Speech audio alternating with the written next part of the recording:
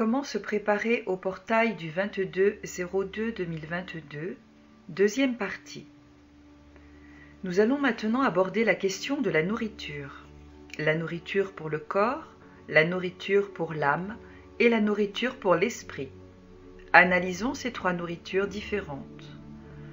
Pour le corps, en cette période, il faut faire attention à ce que vous mangez. Mangez des aliments naturels et surtout réduire drastiquement la quantité de nourriture.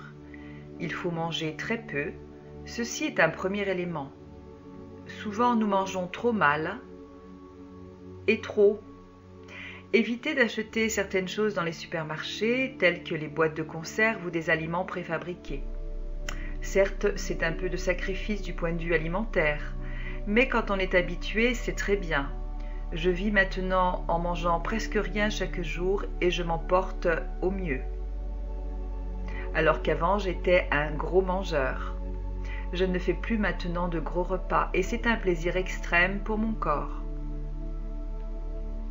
Puis il faut de la nourriture pour l'âme, c'est-à-dire de bons livres, de belles conversations avec les amis, les parents, etc. Nous ne pouvons pas donner de la bonne nourriture à l'âme si nous ne sommes pas entourés de gens positifs, si nous regardons certains films à la télévision ou si nous écoutons tous les jours les informations. Ceci est clairement de la nourriture avariée pour notre âme. Nous devons rester éloignés de toutes ces choses. Nous devons donner de la nourriture positive à notre âme. Enfin, la nourriture pour l'esprit, qui est clairement ce que nous pouvons obtenir si nous nous octroyons des moments d'intériorité, de silence. Parce que la parole de Dieu n'est pas un tonnerre, mais un léger souffle. Et donc la nourriture pour l'esprit, nous ne pouvons la trouver que si nous nous taisons, dans le silence, recueillis sur nous-mêmes, si nous sommes seuls et si nous habituons chaque jour à consacrer un peu de temps à notre esprit. Nous vivons très souvent d'une manière déréglée. Nous consacrons beaucoup de temps à notre corps, quelques miettes à notre âme et rien à notre esprit. Ces trois composants devraient plutôt être équilibrés les uns avec les autres, parce qu'ils sont tous les trois reliés et ils sont tous les trois importants. Il est particulièrement important de rester loin de tous les mass médias, des infos mainstream. Donc pas de télévision, pas de journaux, parce que toutes ces choses influencent négativement notre personne à tous les niveaux. Au niveau du cerveau, bien sûr, mais aussi au niveau de l'âme et de l'esprit. Cependant, comme nous sommes insérés dans la société dans laquelle nous devons vivre, et vu les temps que nous vivons, ma suggestion est de vous rendre invisible. Être invisible est un certain type d'attitude mentale, mais aussi spirituelle. C'est avoir la certitude que nous sommes protégés par le haut, qu'il ne nous arrivera rien, que de toute façon personne ne viendra interférer avec notre vie. Certains de mes amis continuent de voyager à l'international, des voyages même très longs. Il y en a un qui a fait durant ces derniers mois un voyage depuis l'Italie jusqu'en Amérique. Il a fait plusieurs fois l'aller-retour. Et personne ne lui a jamais rien demandé à part son passeport. Personne ne lui a demandé de produire le certificat d'un test ou de vaccination, ni le pass sanitaire. Il était invisible. Il est passé à travers tous les contrôles, comme s'il n'était pas là. Réussir à atteindre cet état, c'est cela, être invisible. Cet état a cependant quelques petites contre-indications négatives. Par exemple, si vous faites la file d'attente au supermarché, ne soyez pas étonné que quelqu'un vous dépasse, passe devant vous, puisque vous vous êtes rendu invisible. Cela peut arriver. Prenez-le plutôt comme un beau signe, parce que si cela se produit, cela signifie que vous avez réussi à vous rendre invisible. Une autre indication que je peux vous donner, c'est de ne jamais réagir aux provocations. N'acceptez jamais de descendre au niveau matérialiste. Donc même si fortuitement des gens vous provoquent d'une façon ou d'une autre, n'acceptez aucune discussion, n'acceptez aucune provocation, quelle que soit l'action que vous pouvez déclencher par une réaction à une provocation, celle-ci sera de toute façon contre vous-même. Donc, ne descendez pas à ce niveau de matérialité. En cette période, il est particulièrement important de ne pas suivre la rationalité de l'esprit, mais suivre les intuitions. Donc, il faut vivre au jour le jour. Ne vous posez jamais la question de « que va-t-il arriver demain ?» Où allons-nous? Que va-t-il se passer? Non, non, non, non. Le futur n'existe plus. Le passé n'existe plus.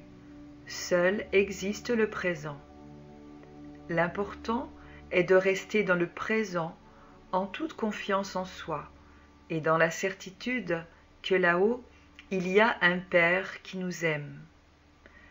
Donc restez dans cet état et ne permettez jamais à votre esprit de s'échapper vers des idées du futur. Restez toujours fixé dans le présent. Se concentrer sur ce que nous sommes en train de faire au moment présent.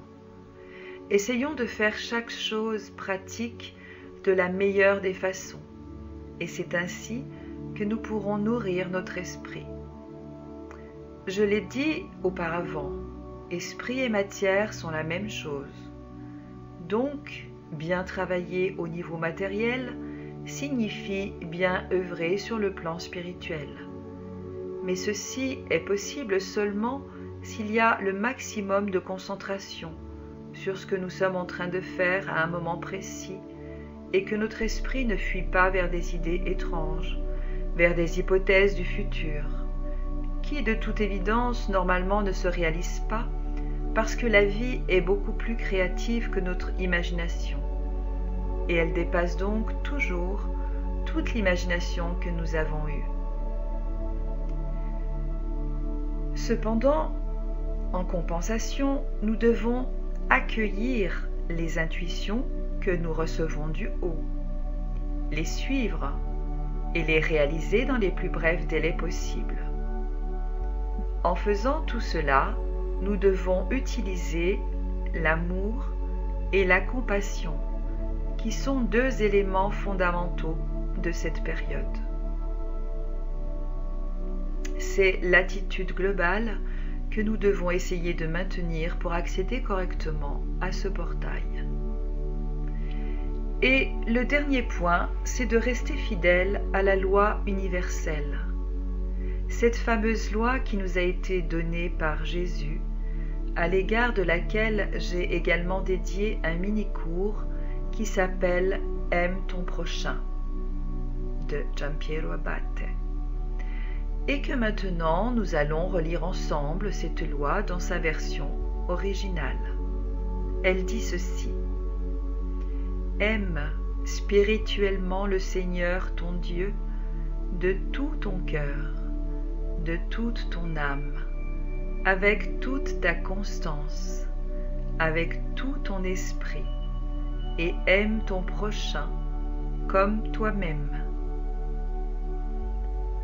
Comme vous pouvez le voir ici, tous les niveaux de nous-mêmes sont élevés.